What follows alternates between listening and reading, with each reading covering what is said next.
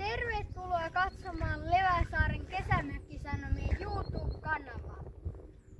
Tänään me teimme puhalluskokeen. Siihen tarvitsemme jääkairaa ja sillä pitää tehdä 3 avantoa ja aika lähekkäin.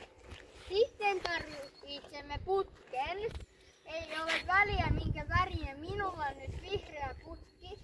Ja sitten se pitää työntää yhdestä reiästä sisään, mikä on jommallakummalla reunalla. Sitten siitä pitää puhaltaa ja sieltä tulee kuplia.